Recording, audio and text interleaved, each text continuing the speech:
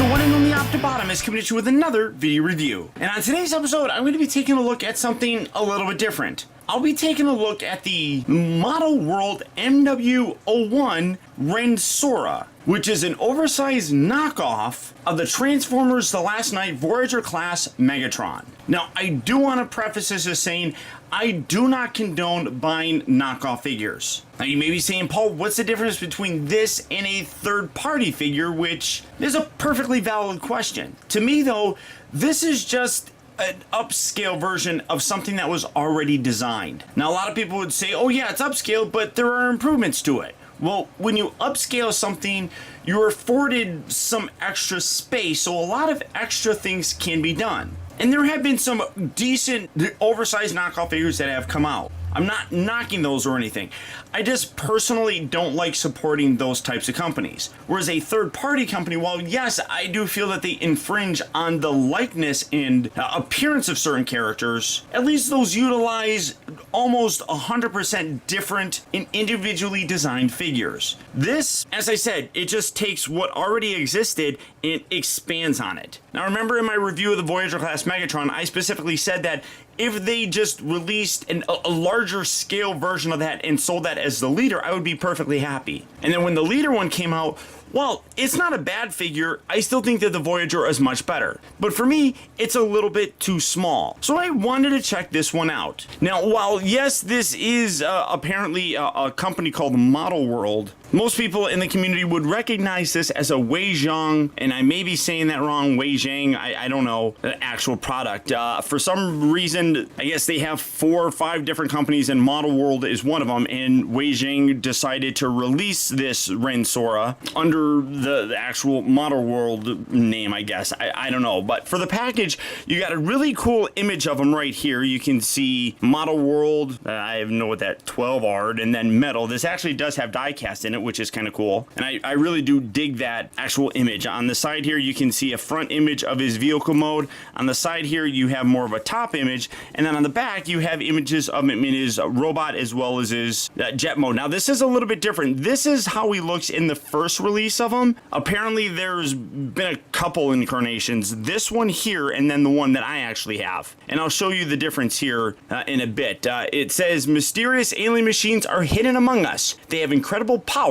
They fight for millions of years only for the mysterious source of the holy fire. It makes no sense. In the Arctic ice frozen in hundreds of years, Rendsora finally regained his freedom. The earth will shake, the stars will be falling down from the sky, heaven also shook. The most dangerous deformation warrior of the whole universe across the galaxy to Earth, only to seize the source of fire and control the universe. That makes no sense. Deformation warrior in robot mode, Sora can launch rocket claws, which you really can't. Change into whips and waving it, again, really can't. His 2 arms were a massive cannons, again, not here. His jet, when it changes into jet ship, the rolling roar and the flickering light make he majestic looking arrogant.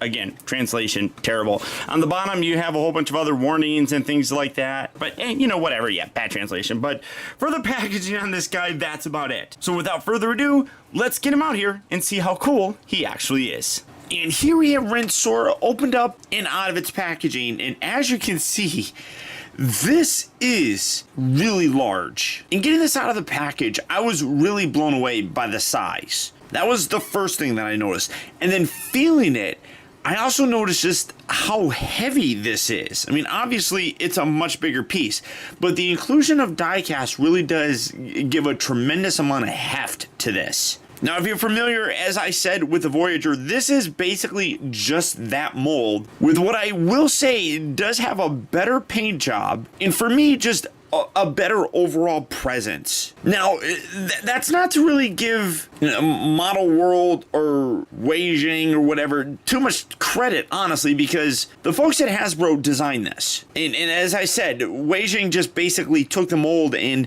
upscaled it. They did do a few improvements. at least to the mold, but the design is Hasbro's. So I still give Hasbro all the credit in the world. They're what ultimately made this. But Wei Jiang did take this figure and really did improve it, just by way of making it bigger and being able to put some of those extra things in. Now, for some size comparisons, I'm gonna start a little off here, but here's that. I forgot what this is called. This is the quick change one or whatever, but you can see, again, huge size difference here. Trying to get it as much in as the shot as possible. You can see a huge size difference. This guy was actually fairly big just in general, but bringing in the leader size figure, you can really see that these have a very similar size to it. It doesn't have this obnoxious gimmick here in the front, but it does have almost, well, it's actually a little bit smaller of a wingspan here. You can't see it, but you can see that the leader is a little bit longer. The cockpit area is a little bit bigger, definitely, or I shouldn't say the cockpit, but the front nose section is a little bit bigger, and then the actual cockpit is obviously much larger. But you can see there's a lot of other very similar elements to this guy. I mean, just kind of lining it up. I mean, the Wei Jiang one is a little bit longer. It definitely is a little bit thicker in kind of holding these here. You can see that there's a thickerness to it. So in general, I mean, I do like the leader one in terms of the size, but I just like the overall look of the Voyager. So that's ultimately, again, why I decided to go with this. I just like the look more. And then for the real comparison, here it is next to that Voyager. And again, you can see what's going on here. Obviously, much larger size here, but almost exactly the same mold. Much better paint detail on here. You can see that you got this. Well, first, you have his giant axe, and I'll do a comparison with the leader one here in a bit. But just looking at the figure, you can see a much better paint job. It is a darker, kind of grayish color instead of the silver blue kind of paint here for the little thrusters. This is just silver. A really nice copper here for the engine, whereas this was kind of like this mustardy color, and then that same mustardy color here in the front bit right here is now copper on the Wei Jiang one, and then you can see that you have the red cockpit, whereas this one was reddish, but it also had that little, or that mustard yellow paint on there, so I wish that wasn't on there. But there's other things, like you got a little additional silver paint right there, a little bit better of a color in terms of a gold accenting the wings, whereas this has the little mustard bits. I mean, paint, I mean, you get more of that better paint job in robot mode, and we'll take a look at that here in a bit, but you also get like these, honestly, this doesn't even look like Cybertronian. This looks more like Chinese, so I'm not 100% certain on that. But just honestly, a better looking representation. The color and the paint detail is really very nice on this. As I was talking about, he does come with his axe. You can see that this is, as I talked about, the second release of this. The first one had the same kind of sword, but instead of, and I don't know how well the camera's actually picking that up, because on the screen that I'm looking at, you don't really see it, but you actually do have a little bit of this silver kind of going up the blade itself, whereas the first release didn't have any of that. It was all red. I didn't like that. I like the silver kind of bleeding through there. And then just to give you kind of an idea, this is the leader class one. So again, huge size difference here, whereas the actual figure wasn't really that much different in terms of the size. The sword is much larger, which really does suit the character much better. Essentially the same mold. You can see that actually these bits here don't extend out as much as these little serrated edges, and then the handle and the handguard basically are the same. It does kind of lack some of those details on the blade down here. You can see that that's sculpted in there, whereas this is just smooth. But honestly, I really do like the way that this looks over the original. Now, looking around my review area, I actually don't even know where the Voyager one is. So this may be molded more after the Voyager one, because again, this is just upscale. So this very well might be in addition to that. So just a much better piece. But this guy really is great. Now for the transformation, it is the exact same. I am going to go ahead and go through it just because it slightly changes. I'm not going to really focus on it too terribly much. You're just going to pull that out to the side, get that out of the way. I'll leave that up like that. And then angle these kind of away from the body. Come around here to the underside. Again, transformation is really the exact same, minus really only one piece. And keep that camera focused like that, or angled like that. Come around here, detach this, detach this. These bits here we're going to rotate out. Again, you're seeing all the same stuff as the original transformation. Move this out of the way, swivel that up like that, come around here, rotate this down, rotate this down. Now, in terms of the die cast, as I did mention, the feet actually are made out of die cast, which do add a real nice degree of heft to it. So this bottom section is all die cast, but it is the exact same mold as the Voyager. They just use different materials. And then the wings also are die cast. I'm trying to... That's plastic. So this outer section right here is actually made out of metal, whereas the rest of it is just plastic as well. You can hear plastic on this bit and then metal on this. But it, again, transforms the exact same way. So just rotate that around and tab that in like that. So do that. So that's definitely an improvement. But again, it's just utilizing the mold that was already there. So I mean, it is better, I think. But again, because it's a higher, I don't even want to say like higher price point figure, because it really isn't a higher price point figure. Price wise, it's actually pretty decent, but it's easier for these knockoff companies to do that kind of stuff because they're not engineering and developing this figure for the most part. It's already done. They're just taking the mold that already exists and utilizing it. So again, fold these around, pull that out, bring this around, and then this is going to lock into place. Come around here to the back section, lift this down like so, and kind of, I'm going to have to angle up because as you can see, he does get considerably bigger, which is one of the best aspects about this entire figure. And then this is the only part that's really different. They were able to put little flaps on here so you can see it kind of hides the actual hand. So you fold that out, and then this is really stiff here. So see if I can kind of push something in there to get it to come out. There we go. So pull that out just like that, and then you can close it, and it kind of closes that gap. If they didn't put that there, you would have had a much larger gap because the Voyager did have it. So again, that really, it improves it, but you still have a gap kind of right there. But just the nature of making this figure bigger, that would have been ugly. So putting that in there kind of makes sense, but it's really the only thing that they did different for the figure. So again, rotate this out. Now again, stiff joint on there, fold that, and then you can angle this, fold that like so, bring that down, rotate his head around here, and there you have the model world Rendsora, otherwise known as the oversized knockoff version of the Transformers The Last Night Megatron, fully transformed. And you guys know my stance on knockoffs. I do not condone them at all. But this is definitely a very well-made figure. And as a reviewer, I gotta look at some of the things that are out there for you guys. All day long, I will still tell you to support the official products. However, this is a quality piece. Now, I just gotta do the size comparisons right away. So here he is.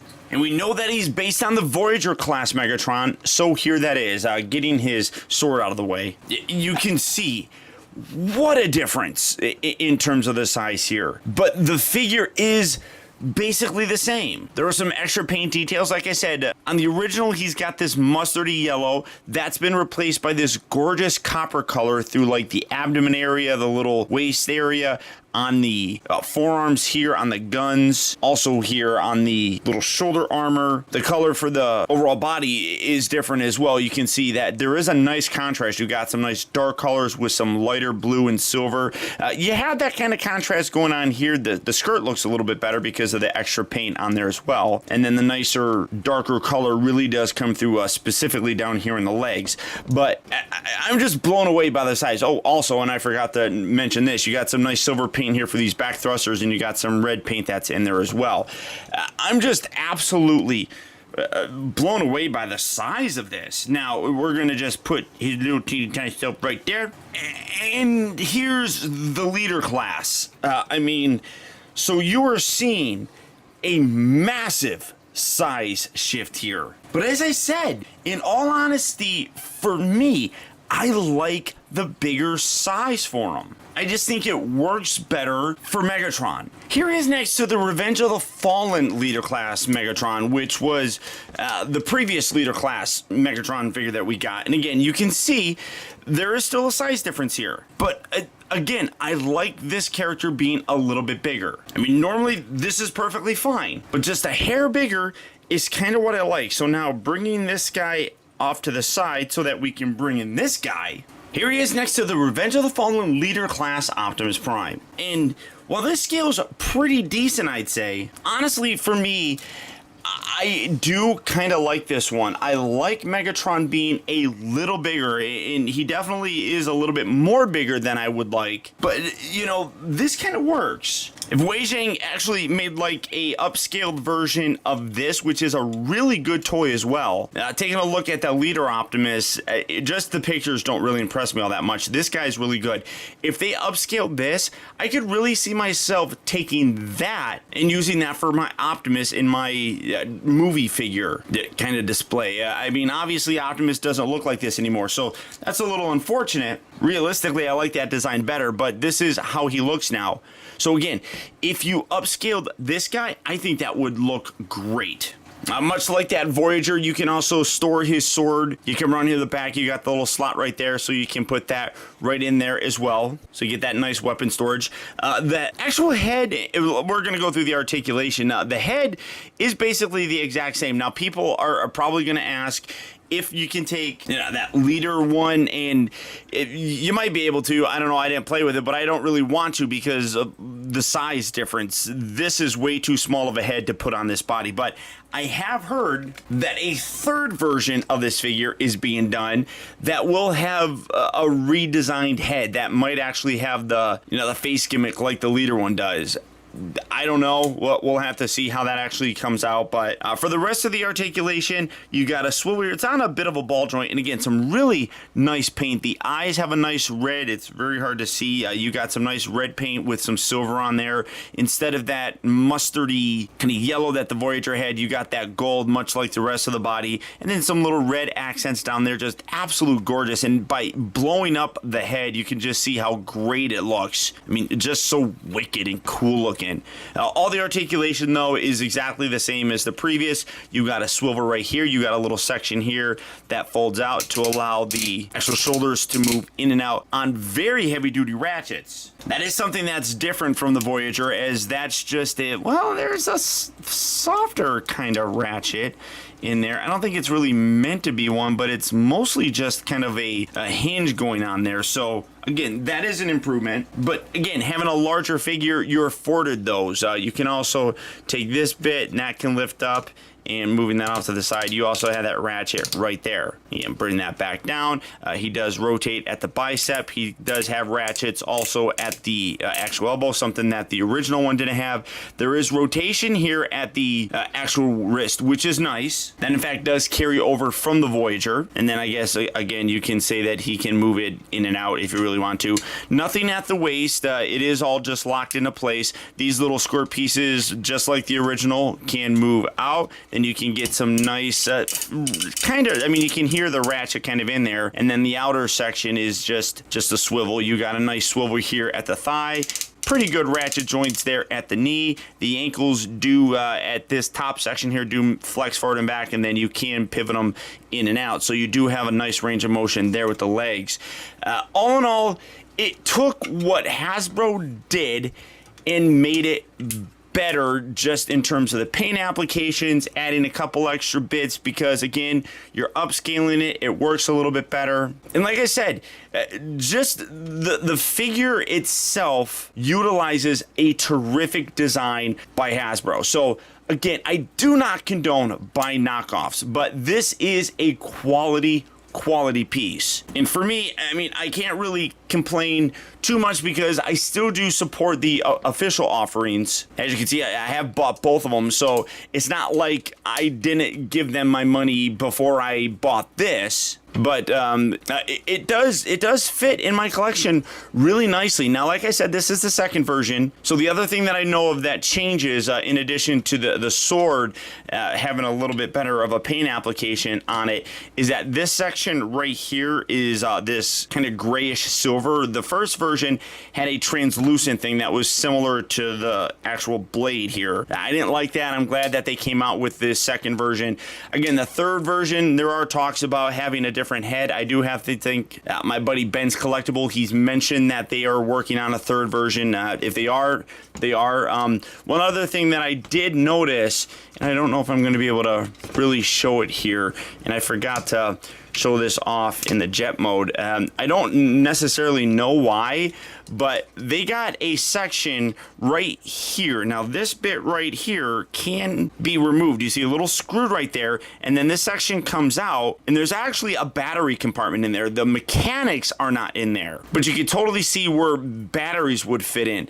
I don't know if that's to utilize a light up feature that was removed, or if the original mold that had the little red section there, if that had a light up feature. I've seen other videos on the first version, I've never seen anybody talk about a light up feature, so maybe they just didn't know, or maybe it wasn't there, I don't know.